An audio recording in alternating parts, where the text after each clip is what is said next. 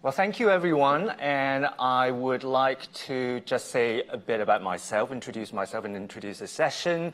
Thanks, Nigel, for the introduction. I'm Chi-Hung Sin. I'm at Traverse, formerly Office for Public Management, OPM. And my involvement in SIBs has been it started with evaluation. So I evaluated the Essex SIB, done a couple more evaluations, and in more recent years, I've been helping with the design and implementation of SIBs, and more recently working with colleagues in Japan to bring out SIBs in Japan. I'd like to thank the conference organizers because I think this is the first year of the conference where we have had specific sessions that actually bring in the practice perspectives and try to link it to the research agenda. So really thank you very much for that. And I'd like to introduce you to my fellow panelists. Could I just hand you over to Tara? So say a bit about yourself, where you're from, and also your involvement in SIBs to date. Sure. Well, Nigel introduced me briefly. I'm Tara Case. I'm the Chief Executive of Ways to Wellness, which is based in Newcastle in the northeast of England.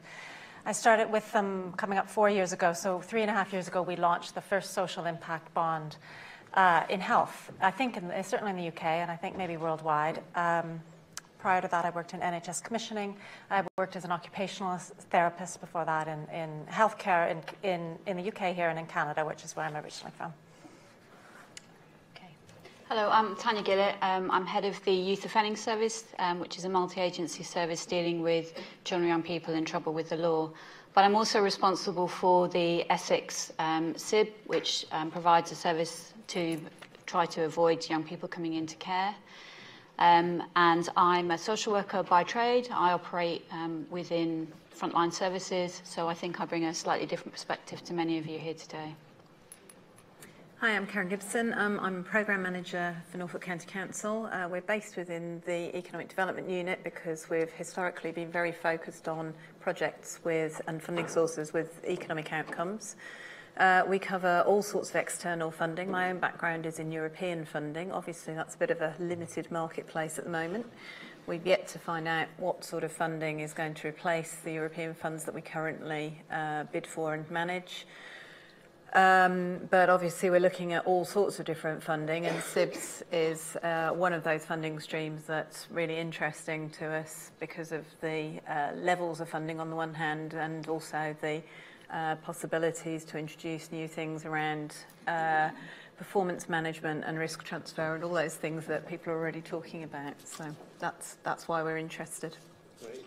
I think, as you can see, the panelists represent a range of very different perspectives. They're all involved in SIBs in some ways, but in very different roles and with different responsibilities.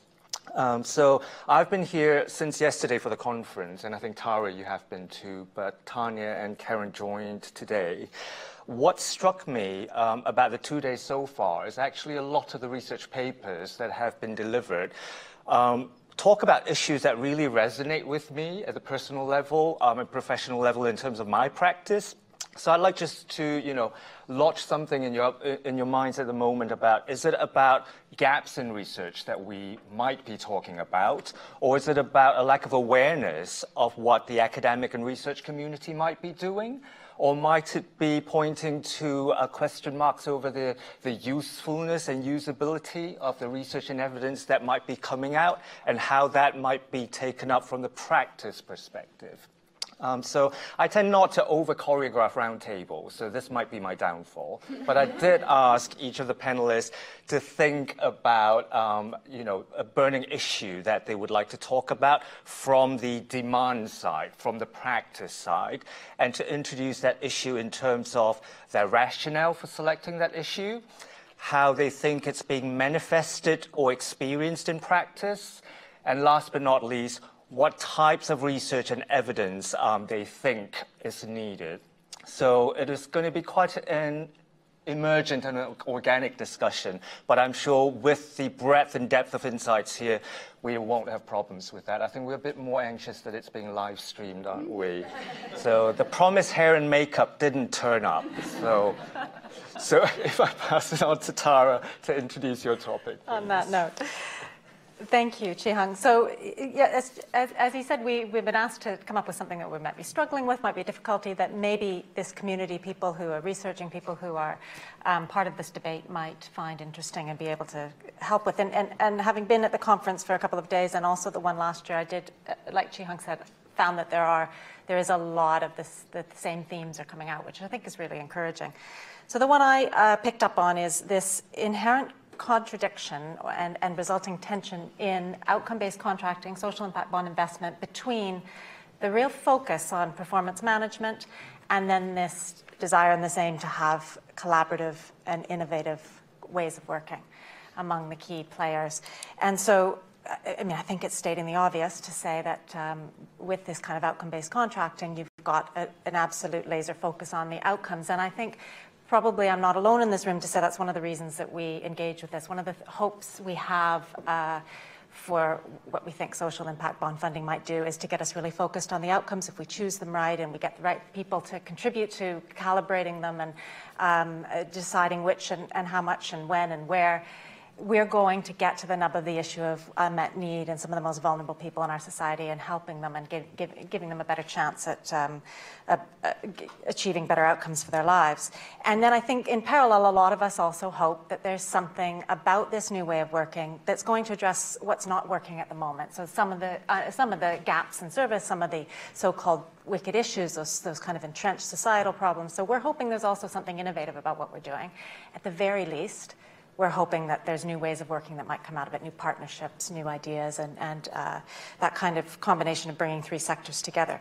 So what I would like to propose is quite challenging about that is in practice, there's a contradiction between, and I personally have had to take one hat off and put the other hat on where so I sit in the special purpose vehicle that we've heard spoken about with multiple service providers, and I have to use this quite strong contract management approach where you have an absolute laser focus on the outcomes and all the lead indicators and the inputs and the measurements and are we achieving them, what do we think, we're going to constantly rerunning projections and this real focus on that. And I have to say, without really meaning to, we end up in very much a rewards and punishment scenario. So you either get your payment or you don't. So there's a very stark financial one there. Sometimes we protect service providers in the special purpose vehicle from being paid on outcomes.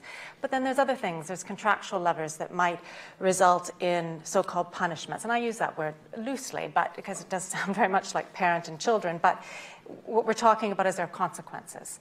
And it can be the avoidance of those consequences. It could be a very heavier contract management approach that then comes in when people miss their targets, or it could be there's contractual levers that's written into contracts that people might lose the contract or their position in managing or performing, delivering.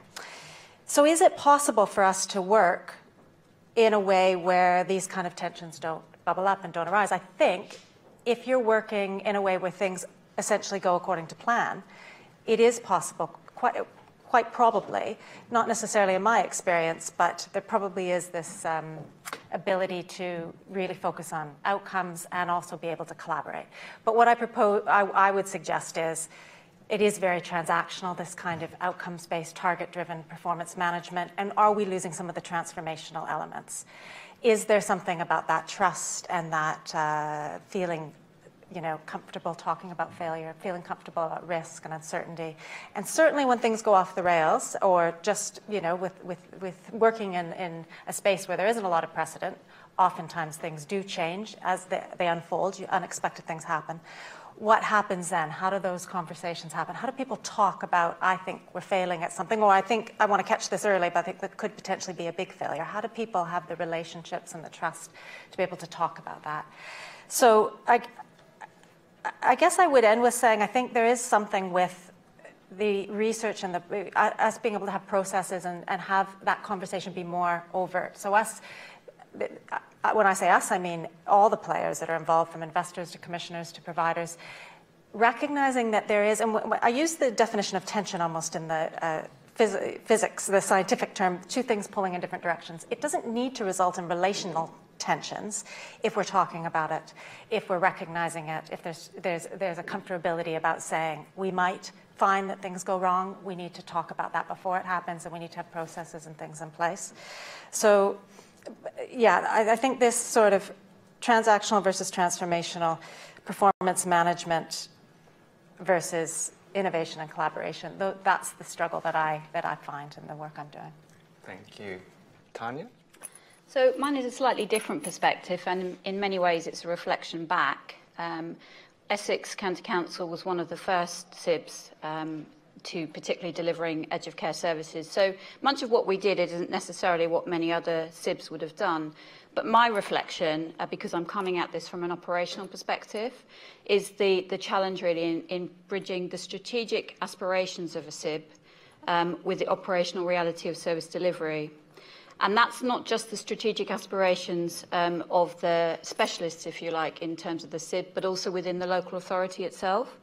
There is sometimes a disconnect between the local authority's understanding, and I mean that as a generic homogenous term, with how specialist services function. In this context, it's specialist children's services. There are a number of complex systems that have to be navigated, and whilst we might be able to achieve good outcomes in one area, reducing the numbers of care days for a defined population, we may not ultimately improve the overall outcomes. For example, if there's limited control on educational access, which is a very significant issue, I would argue, for this vulnerable group of young people. So I think my reflections really have been about how can we take things forward, what can we do differently, and I would summarise those really in 3 T's. One is time. Take time properly for everybody to truly understand each other's perspective and invest in that time, and make sure that everybody really critically understands that. And I think we would have been better, or many SIBs going forward would be better, being able to bridge that gap in investing that time properly and asking what might seem to be quite silly questions about how frontline practice really happens. Trust. Trust that actually ultimately everybody wants the same outcome, hopefully. Otherwise we wouldn't be here or do it, and make sure that that trust is properly understood and recognised, and work hard at it. That links to the time element really, and tenacity. Because actually we will fall at the first hurdle. We are in a complex area of business. Our job should be about navigating complexity. So we have to be tenacious, we have to find solutions, and we have to approach things from a strengths-based perspective and not a deficit model. And that's quite hard within a children's services arena sometimes, when you do have regulators, as I do have now today, breathing down my neck, coming to look at how our services function. But absolutely right, I have no issue with that. We are accountable, and that's really important. But it can skew how services deliver and what they do. And coming back to the question of transparency of information, authorities are anxious about outcomes in terms of Ofsted or whatever regulatory authority that happens to be, because it plays out badly sometimes in the local press, and then you have different challenging discussions with members who local authority democratically are members, who are challenged by some of those issues. But this is a complex area, but we operate in a complex world, so we should find better solutions, I think, to crack it than we've done so far. Thank you. And last but not least, Karen. Okay, so the topic that I've chosen to pick up is around the tension between cashflow savings and actually getting the innovative outcomes and preventative outcomes that we should be aiming for. So trying to keep the focus on the actual people at the end of all this rather than in the numbers. So to put that into context, UK local authorities have had their budgets cut by over 50% in lots of cases in the last 8 to 10 years.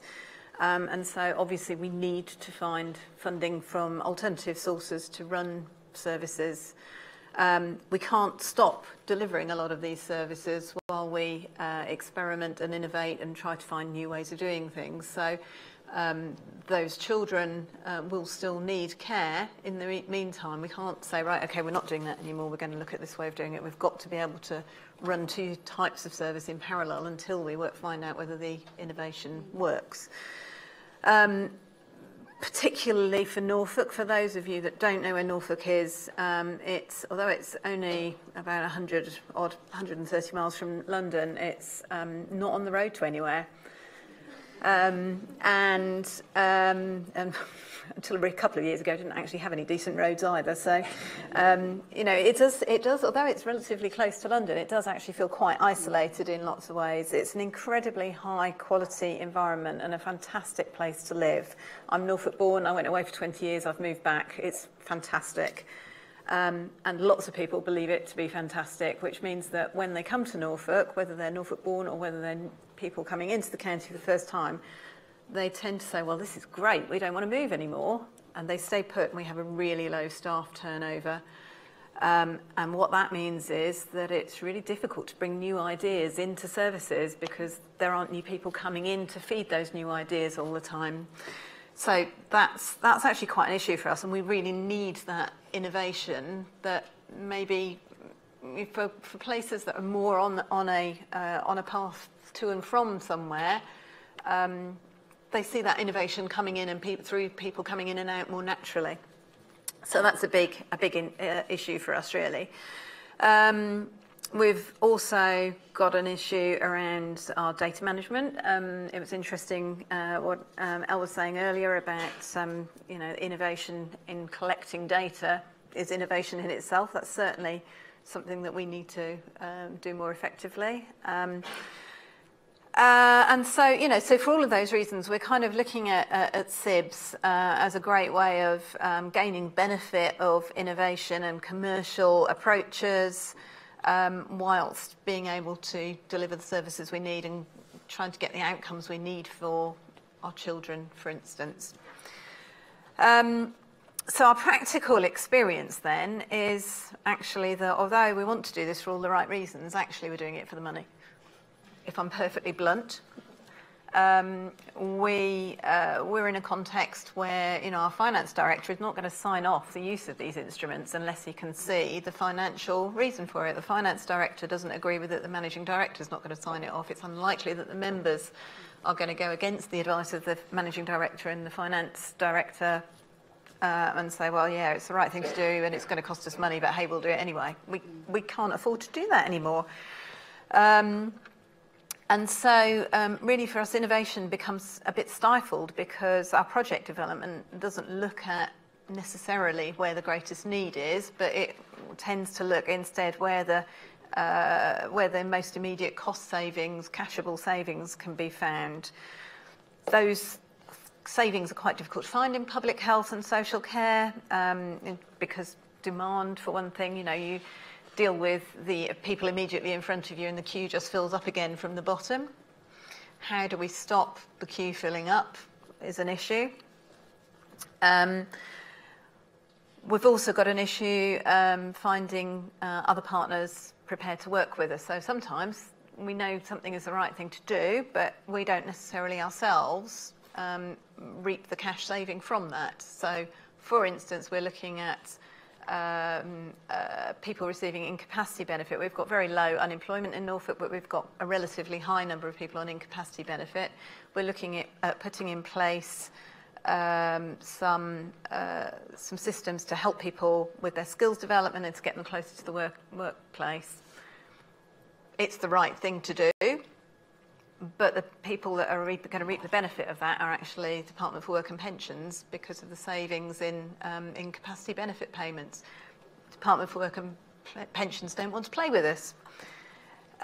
So we can be frustrated by that. Again, that's the focus on the money. We can't afford to do it without somebody else helping us with those outcomes payments just because it's the right thing to do. Yeah, so that gives us a situation where it is the money that really is inhibiting innovation for us, and to some extent is inhibiting our use of SIBs. And where I sit, I'm not actually hands-on delivering a SIB myself, but I'm kind of holding hands and supporting other people and encouraging other people to get involved in SIBs to help them deliver their services. So to look at what sort of research and evidence we need going forward, I mean, for us, it is about making it real and dealing with real people and real delivery. We've got people in front of us in need. We don't have lots of time to read research papers, and I've only been in the one session this morning. It's been absolutely fascinating, and I wish I could spend more time sitting in these sorts of sessions, but I can't. And for people delivering with children on the edge of care on a day-to-day basis, that time pressure is even more intense. So key issues for us are, how can we turn this ship around and make it about innovation and beneficiaries rather than about the cash savings? I think we need a bit more support around making sure that the services we are commissioning through SIBs are actually effective. And equally, how do we then decommission ineffective services?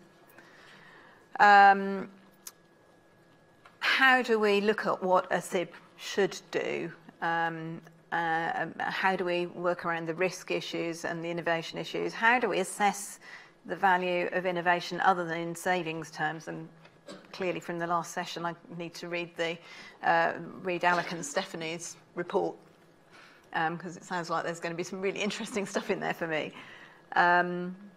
And finally, as I mentioned earlier, that I think we need innovation around how we work in partnership, how we draw on central government funding and engage central government departments in doing the right thing for our localities and our residents, and helping them to identify why, what the benefit to them is in doing that, as well as the benefit just locally. And I know that's really hard to do. We find it hard enough to get people to work across our internal departments. So working across different organisations is exponentially more difficult. So I think those are my key points, really. Thank you very much. As you can see, 3 very different messages coming out from the coalface, but obviously issues that people are grappling with. I'm aware from the Slido earlier that this is actually, the attendees are quite international. So I'm very aware that, the presenters are all from the UK and talking about issues that, may be manifested in a way that's quite specific to a geographic context, to a service area, to a piece of legislation. But I would really encourage you to really think about actually the wider relevance of the underlying issues and drivers that they're talking about and how that might be experienced by you in your different geographical or country contexts. So I'm going to try to look across the 3 issues that you've raised. And I've been making notes throughout, and a number of things jump out very strongly at me. I think all 3 of you are talking about things that are deeply relational and political, either with a big or small p. And the relational aspects of it are both intra-organizations, so even within a commissioning body, you must not assume that there's consensus and that clarity of vision about what SIBs are for, how you use it. But certainly some of the relational issues are also inter-organization, as I think Tara and Karen have also talked about. And that is quite an interesting counterpoint to, I think, some observations that came out in yesterday's session about how a lot of research and evidence on SIBs, especially in the early years, focus a lot more on the technicalities, how you define outcome metrics, how you set up a model, how you define the payment mechanisms.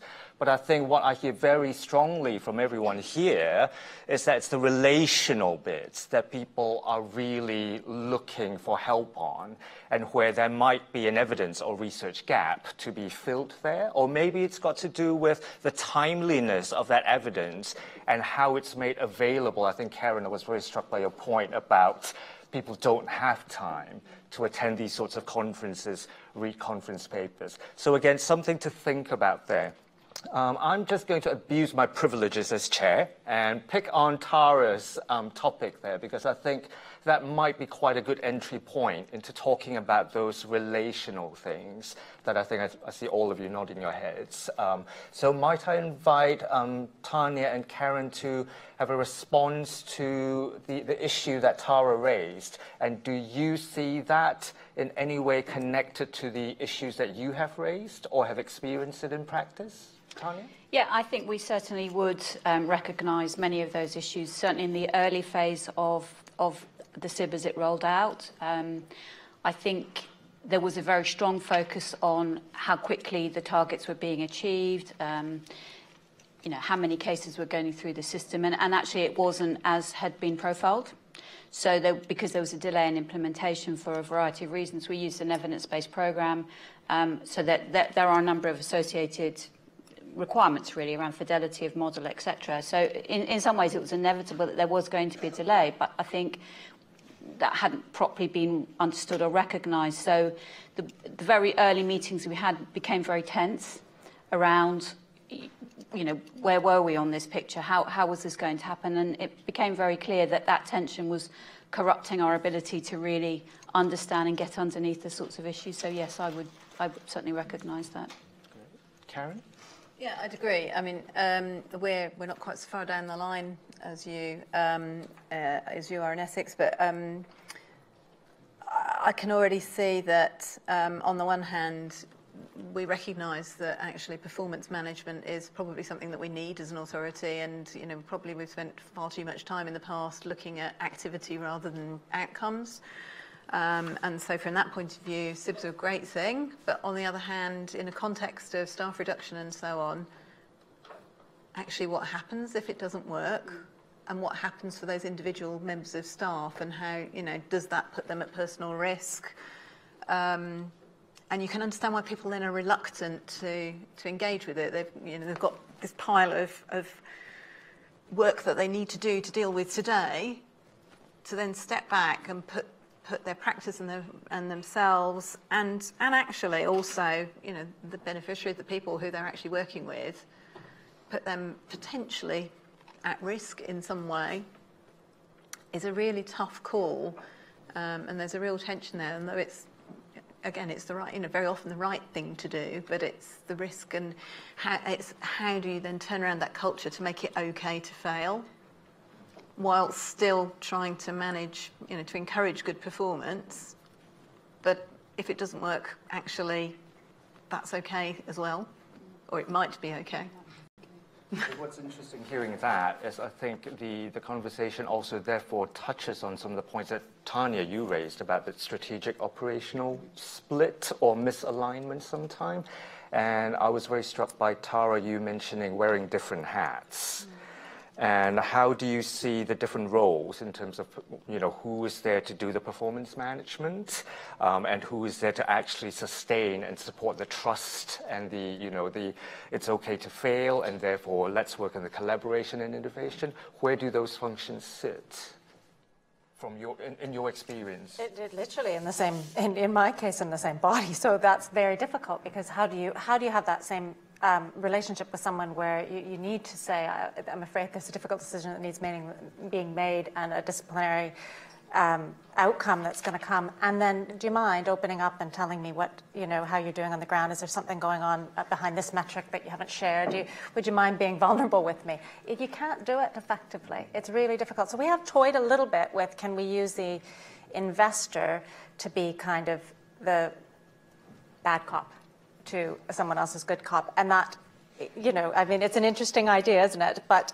in reality, that was too difficult for them to do. And maybe, I think what it's doing is it's actually drawing out that you have to have a good cop and a bad cop in a way. And why are we in this position where, and I think that's what we need to recognize, why do you have to have a bad cop and a good cop in order for this to work? And so is there something inherently contradictory about what we're doing? Because even if I was to have one of my partners, if it is the investor, or it could be the commissioner. I mean, occasionally I'll say we've missed a target that is in our contract, our NHS contract. Whatever I do, if I'm outsourcing this blame to somebody, and if you have blame going around, then it becomes a blame culture, and you aren't having true collaboration of partners. So you're not having people around the table saying, it's not about blame, it's not about pointing the finger, and it's not about someone who's holding the big stick. It's actually just about us saying, this is tough, we haven't quite got it right, what can we do to make it better? I don't have the answers, actually, which is why I brought it today, but I think these things are so inherently interlinked and with contradictions that this is what makes the SIB space so interesting, but also so difficult to work in. I think I would agree. I think your question about needing a feeling like you need a good cop, bad cop, but actually why do you need a bad cop? Because if we go back to original rationale of a SIB, is that it's one of the models that align the incentives in a way that everyone pulls in the right direction. I think the aspiration is there, and I think the assumption is that the incentives are aligned from the start and throughout to get everyone to pull in the same direction. But I think all three of you are talking about the very real chance that there will be misalignment of interests and expectations and gains during that process at some point. And what we have currently doesn't adequately equip us to deal with those misalignment of interests. And in a space that's very unprecedented, how can you predict alignment 100%? It's almost impossible. I don't know if we're taking questions yet. I just wanted to throw in an idea, which is the point that Tara's making is that the liability sits somewhere, doesn't it? And that's where the blame ends up. Oh, no, the person who's liable ends up blaming. But what about having a model where the liability is shared between the commissioner, the investor, and the provider? Yeah. And how would you do that with everybody contracts? Has a liability, and then you get partnership, and everybody comes together and says, hey, how are we going to solve the problem instead of, oh, it's all your fault? Sure. And I think that was my intention to go to questions, by the way, Jack. But certainly, I think I was in a parallel session yesterday. Was it Deborah? You were talking about how some of the contracts in the US now have specific clauses around the partnership and expectations around those the risks, risk sharing, how the partnerships work together. It's more about the values and behaviors rather than any technical specification. So I think that is an interesting point. But I think coming back to the panel, I'd like to pick on your brains, Tanya, because it might be a useful counterpoint to Tara's case, because Tara says you wear those two hats. My understanding of the Essex model is that the strategic and operational functions are split in terms of the governance arrangements. How did that play out? I think it played out in a fairly challenging way to start off with, because the operational perspective wasn't necessarily uppermost in the mind of the developers of the SIB. And so when it came, I think it took around about 18 months or so in terms of negotiations, contracts, etc. There was then 3 months to implement. So if you balance out that degree of time spent agreeing the contract, agreeing the framework, with actually this has to be in place by this date, no, not easily. Yes, we'll do our best, but there are a number of challenges and drivers within that. So, you know, my kind of point here really is it's also about the internal communications. It's not just the communications with the investors, but it's actually about the internal communications that need to happen. And the recognition really within organisations, in this case local authorities in England, of the equal worth of both operational and strategic. Because if those two don't work well together, the net consequences are felt by our very vulnerable residents, really. So I think, you know, it's a bit of humility, it's a bit of standing back and understanding everyone's perspective. So I come back to my 3 Ts, really is about taking a bit of time. We don't have much time, but if we don't invest time here, we actually waste time, I think, down the line. And trust, because I did see an awful lot of conversations and sessions that got very, very tense very quickly, because it felt like the objectives weren't going to actually be met, the targets weren't going to be achieved. But I guess from an operational perspective, we could be a bit more relaxed about that, because actually we know these things take time. That, you know, to get social workers understanding what this was all about, why they might suggest it to their family as opposed to a different intervention, was really, really important. So we were more comfortable with that, but as our kind of conversations became more tense, we perhaps took a bit of a defensive stance. So. And Karen, you were talking about you would like SIBs to be more focused on the people and the beneficiaries of the intervention, etc. How do you see the point that you were raising about the focus on cost savings? Is that driven at the strategic level, and do the operational staff actually connect with the agenda, or do they find it very contradictory to what drives them at the operational front? No, I don't think it's contradictory. I think that the financial pressures are felt at every level. So clearly at a strategic level, you know, our finance director has to balance the authority's books. And, you know, we know that Northamptonshire has had massive financial problems, and I don't expect that there are many authorities in the country that aren't looking at Northamptonshire and thinking, you know, it could be us. You know, I mean, without wishing to, I know nothing about the County Council's finances, so I don't wish to imply that Norfolk's at high risk or anything, but, you know, we're all facing the same pressures, all local authorities are facing the same pressures, and all local authorities will be struggling to balance their books. And deliver their services. So certainly that pressure feeds down throughout the organisation, you know, posts unfilled and so on. I think probably that the operational managers feel the delivery pressure much more acutely, because they're the ones who've actually got the names of, for instance, you know, the children teetering on the edge of care that we want to support more effectively. So that, you know, for the operational managers, the beneficiaries and the recipients of the innovation are real people, whereas probably at that strategic level, you know, they're not their numbers and their costs, but they're not actually real vulnerable residents. And I'm sure, you know, that even at the strategic level, managers do try and bear that in mind, but it is that much more remote for them, so...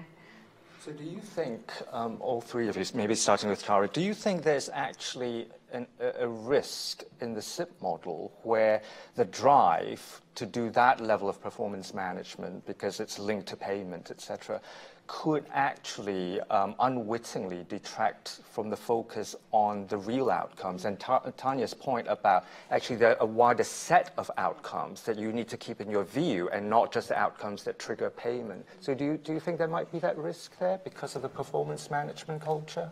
Yes, I mean, the short answer is yes, I think the risk is there. But then I think this is what's so interesting about this tension is that we don't want to let go of a high level of performance.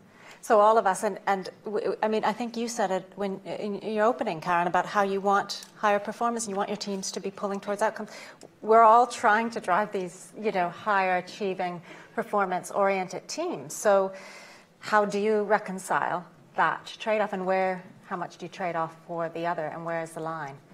And what could best support those conversations in such a way that, because if the risk that you're talking about, when it gets really bad, is when things unravel and the tensions are so high that you get really unproductive behaviours, you get really unproductive conversations, you get people, you know, in the opposite of transparency, you get people hiding things and failures getting bigger and not going under the radar until they get too big. That kind of thing is the biggest risk, isn't it? Yeah. Tanya?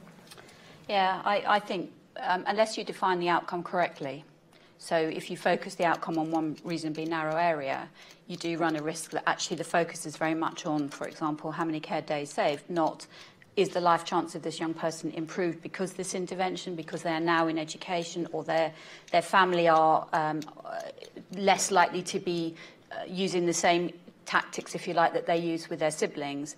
And I think that would be my really key message is you might have single outcomes, but actually the whole picture is the key thing for us. And in our instance, education was very poor for these young people. Karen? Yeah, I mean, I think I'd agree with that. You know, we've got quite a focus on care nights saved on the SIB that we've most recently had approved. So it is trying to work through how we're going to maintain that oversight on the wider outcomes, and actually have that sense that there are real people at the end of all this.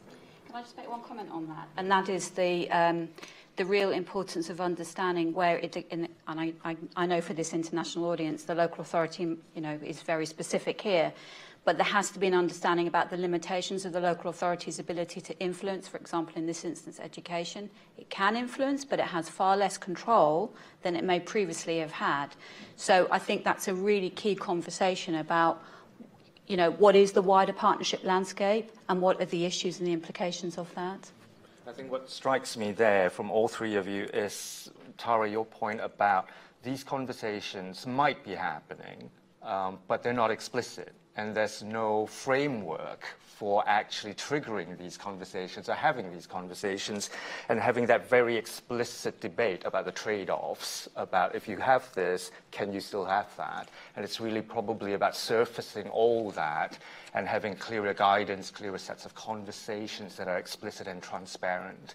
I'm very conscious of time, and I know Jack might be raring to go, but other people might be too. So might I throw open the discussion and debate to the floor?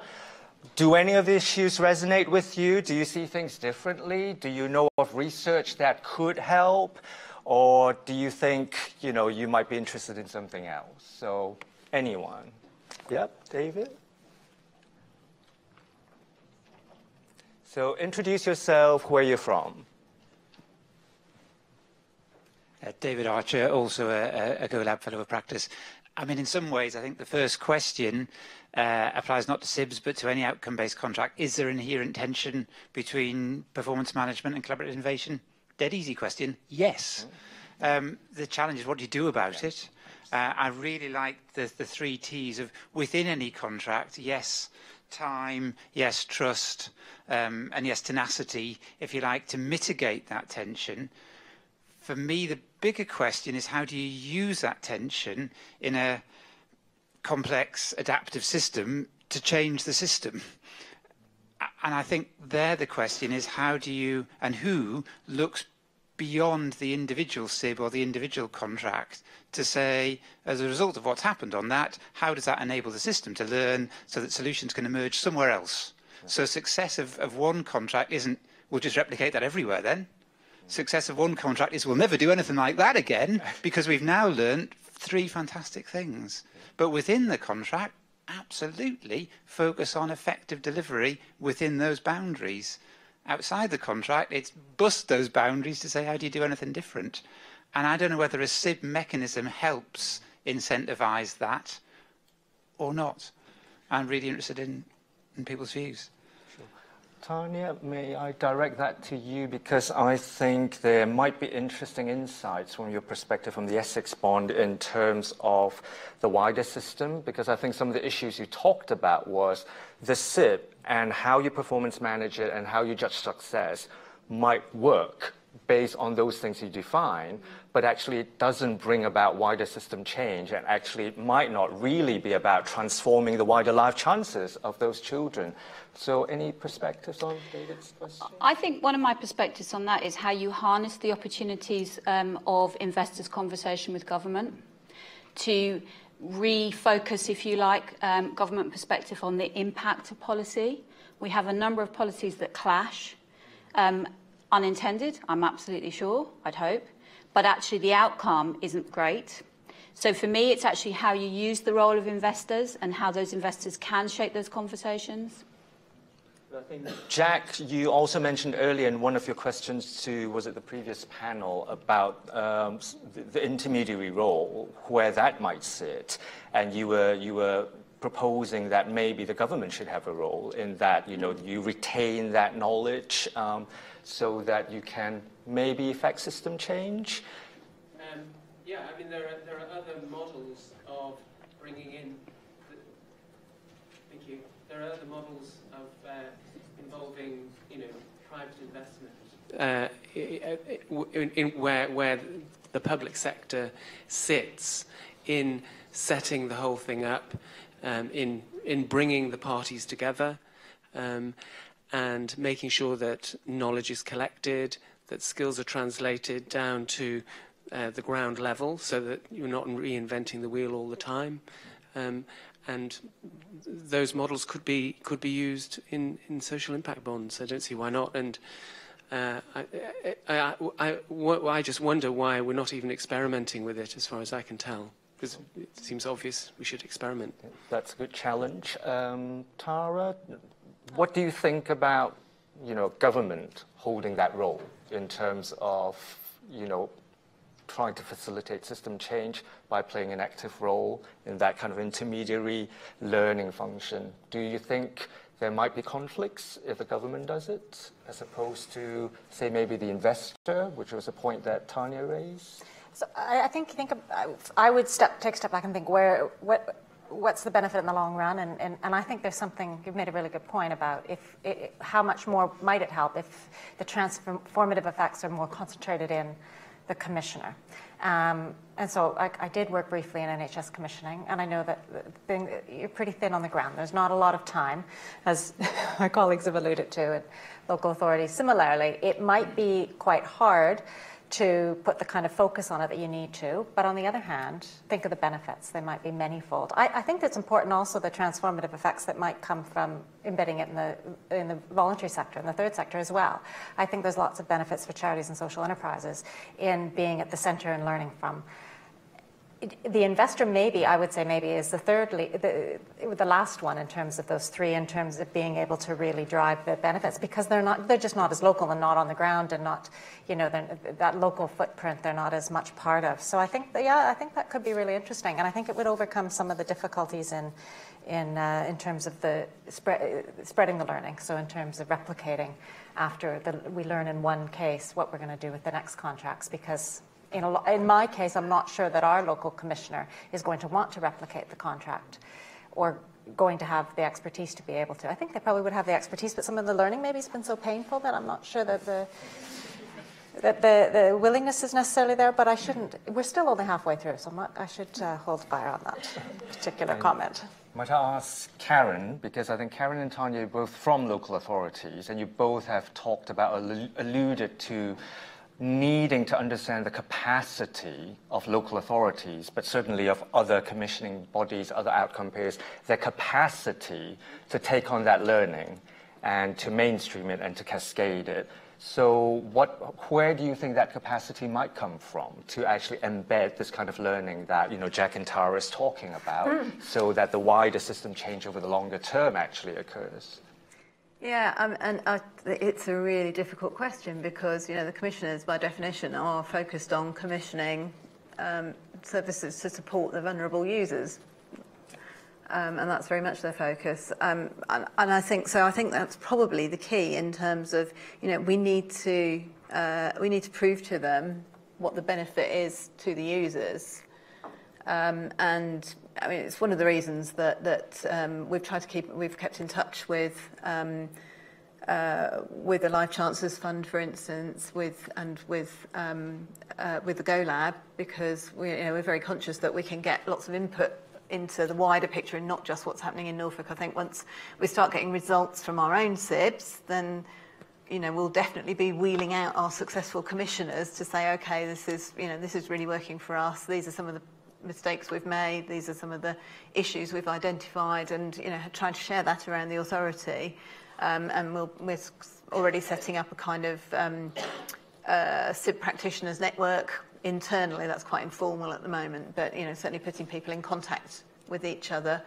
And we'll want to draw very much on the Go Lab experience to feed that in. We're going to have to take that to our commissioners. We won't, there's no use expecting our commissioners to come themselves to find that out, because they will just go things to do in the day job. But it's really trying to get it under their noses and showing them the real benefit, and as I said earlier, it's about making it real for them. Does that resonate with you, Tanya? Yeah, really. Simply, yes. I think I was very struck by what you said, Tara, about actually looking at where we should target these functions. So you mentioned investors probably aren't the ones, and maybe you should do more commissioner development, capacity building, and also the provider end. It just struck me when you're saying that my observation of the market and the way it's been developing in the UK, especially, has been the sequence has been very marked by get the money out there first, through big society capital, the dormant bank accounts fund. So it's a supply side that my personal observation was in the early years, it was really relying on the supply side to drive the market.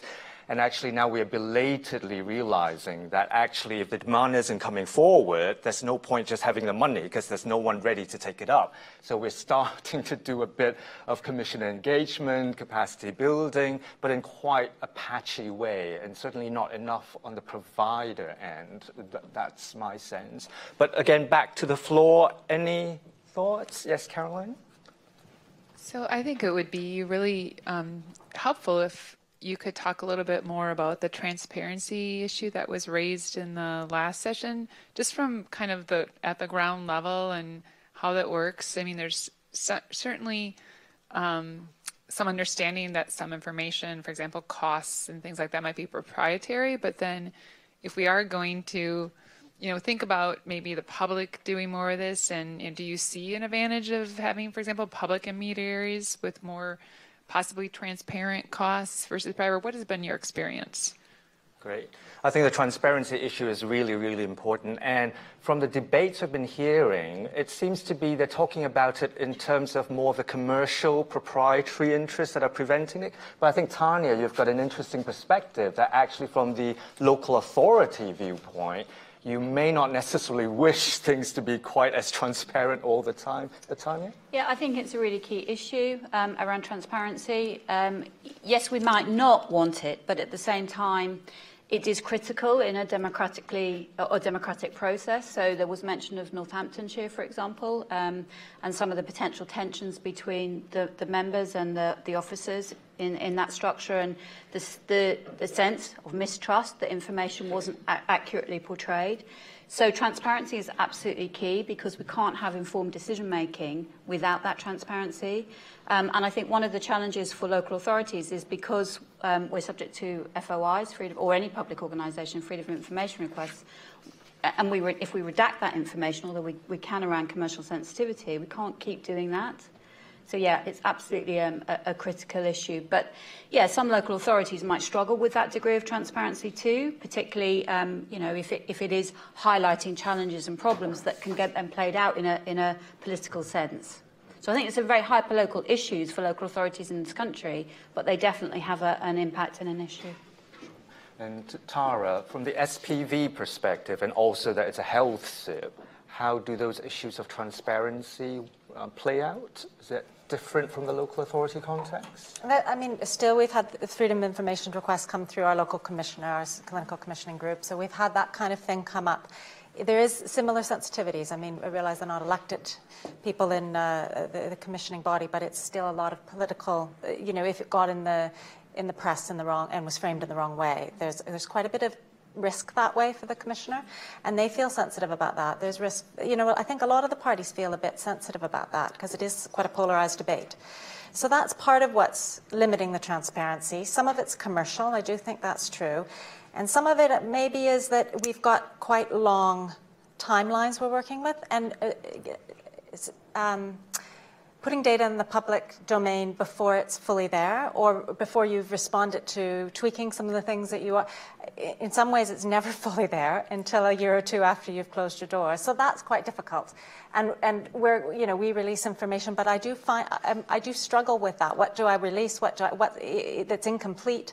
How much is it telling people? Are people going to make the wrong assumptions about what I am putting out there? Generally, my personal, I suppose, belief is that the transparency should be as high as we possibly can feel comfortable with, because that's going to mean not only internally, people are going to be more comfortable with the conversations and the trust is going to be higher, that, if we're all keeping kind of secrets and not sharing, but also externally, people following in our footsteps are going to be more comfortable with the innovation, more comfortable with the uncertainties around SIBs and the unknowns, if we've been more open about what worked for us and what didn't work for us. So I believe the transparency really needs to be, that agenda needs to be pushed. But we have a few landmines on the way, I guess, is what I'm saying, so I haven't quite figured it out. I'm really conscious of time, and I know the dangers of keeping hungry people from lunch. So to draw this to a close, might I invite each of the panelists to have a reflection on, is there something about this discussion that we've had today that really struck you? So might I start with Karen? Yeah, actually, I think the thing that's really struck me is this whole issue around transparency and trust. I love Jack's earlier question or suggestion about the risk sharing, I can't quite imagine how that would work, because the level of trust you would need to equally share is enormous. And yeah, I imagine that people would, all be fighting to minimise their risks. So I think there's a huge lesson for me there about in developing our SIBs that we really need to develop that trust and transparency. I suppose for me, I'm always struck by the complexity of this landscape and the real importance of not thinking that it's actually easy and that people are being resistant, and because it's just simply not the case. There are too many complexities to make it easy and being resistant. And Tara? Hard to pick one thing, but I think there's something to me that's coming out around innovation. We've talked, and some of the sessions earlier have talked about innovation. I've been hearing kind of through it's been on my radar that people are kind of saying SIBs are less about innovation now, or we need to question that. We need to question, are we being innovative? What should we be because of this complexity and everything else that's going on? Are we just adding impossible layers to it by working in this innovative space? But is there something where if we were more transparent, if we were more trust-based, if we were more open, we might be more comfortable with the innovation? So are we throwing the baby out with the bathwater, or are we there? That's a really good way to end the session. And just so you know, here are some other topics that the three panelists came up with in terms of what they might be interested in talking about, but I said you're absolutely not going to have enough time to go through all of those, so pick one. But, the open invitation to all of you out there who are in the evidence business, are you working on these topics? Can you help? Can you collaborate more with practitioners? So do come forward and speak to any one of us about these issues or others that you think would really benefit from closer collaboration. So from our perspective, we would be bringing out a paper based on today's discussion and working with the Go Lab and with colleagues at the Department for Digital Cultural Media and Sport. Yes, to try to continue this conversation, because I think a lot of the issues do coalesce, both from the practitioner side and the research side. So I want to thank you all for your attention, and a shout out to Andrea for providing wonderful support throughout. So thank you everyone, and enjoy lunch.